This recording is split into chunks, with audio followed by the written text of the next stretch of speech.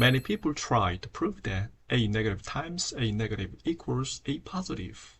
Some use patterns, others rely on number lines or algebraic rules. But there's a proof you've probably never seen before.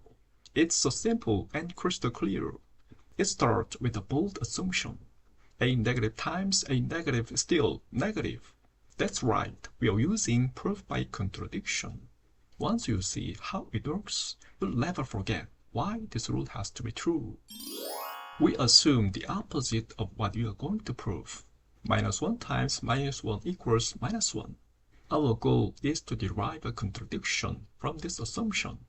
We also know that 1 plus -1 equals 0. Now multiply both sides by -1. The right side equals 0. Use the distributive property here. This is -1. Substitute our assumption.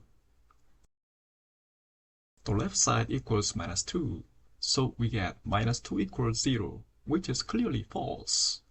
This contradiction shows that our assumption must be wrong. So the only consistent result is -1 times -1 equals +1. The proof is complete. It couldn't be simpler.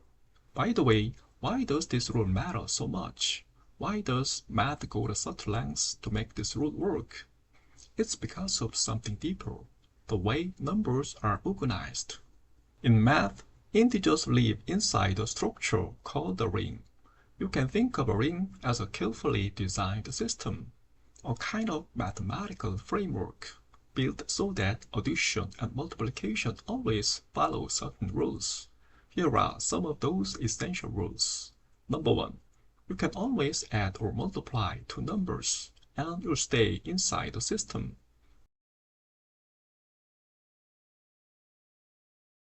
Number 2. Every number has a negative, a kind of mirror image. Number 3. Multiplication plays fair with addition. That's the distributive property. These rules create consistency.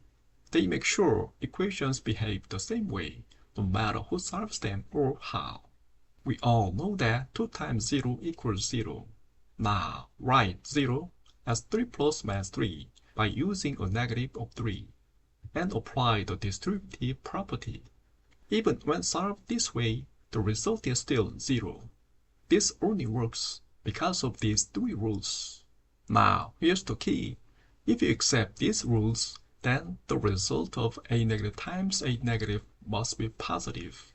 If it weren't, the distributive property would break. Equations like this would no longer hold. That would unravel the entire system. Equations wouldn't balance. Logic would collapse. So, this rule isn't just about science. It's about structure, about preserving the integrity of math itself. So, the next time someone asks, why does a negative times a negative equal a positive? Don't just say, because that's the rule. Say, because that's what holds the entire system together. And you know why. Did you enjoy this math traveling? Please subscribe for the next trip.